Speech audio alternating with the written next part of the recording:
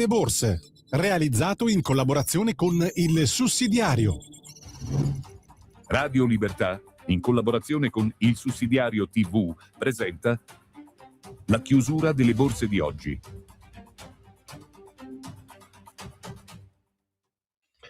Ben ritrovati per la chiusura di borsa e ben ritrovati per questo aggiornamento ai mercati finanziari. Oggi è martedì 19 maggio, i mercati, Piazza Affari è praticamente in arrivo di traguardo e in chiusura e purtroppo anche oggi la giornata chiude a ribasso.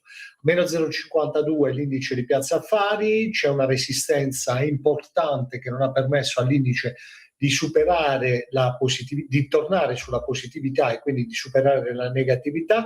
Questa resistenza si trova praticamente nell'area dei 48.800 punti di indice e da qui Piazza Affari è scesa. Negativi molti titoli del paniere italiano, tra cui Banco Popolare di Milano meno 1,20%, Montepaschi negativa meno 0,64%, è positiva Campari con un più 2% che ritorna sopra i 5,50 euro, negativa meno 0,47%, meno 0,40% a seguire Enel ed Eni. Ferrari rimane e conferma la sua positività più 3%, rimane positivo anche Leonardo a più 2%, ma negativi Tenaris, ST Microelectronics e anche Unicredit e i bancari, tra cui anche Intesa.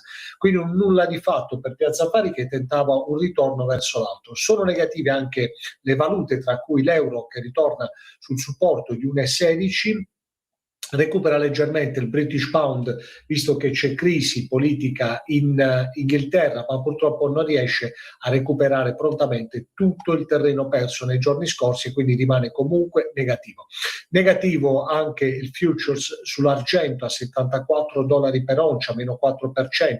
Il petrolio rimane nell'area dei $103-104 a barile, quindi comunque in rialzo purtroppo. Il future sull'oro scende al di sotto dei $4.500 per oncia, mentre in America, come detto, Wall Street ha aperto negativo e prosegue nella negatività. C'è il Nasdaq che in questo momento segna un meno 1,10%, mentre Standard & Poor's torna negativa a meno 0,80%, ma soprattutto si dirige verso un supporto delicato e cioè quello dei 7.300 punti indice. Per quanto riguarda i titoli, a Wall Street meno 3%, AMD, il colosso della tecnologia dei processori, delle schede video, che è imparentato con Intel e con Nvidia per via del suo comparto commerciale, perde oltre 3 punti percentuali. È negativo anche Google, dopo aver segnato ieri un massimo a $400, adesso ripiega verso i $380, quindi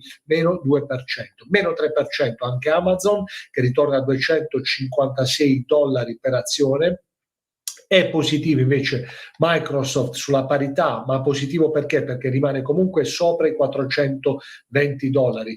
Negativo invece il titolo Nvidia che è a $220 e di cui domani si attendono notizie su quello che saranno i suoi utili trimestrali.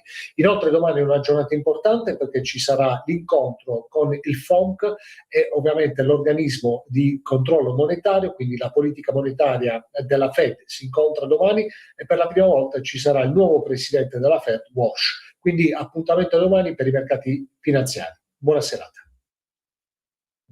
Avete ascoltato la chiusura delle borse.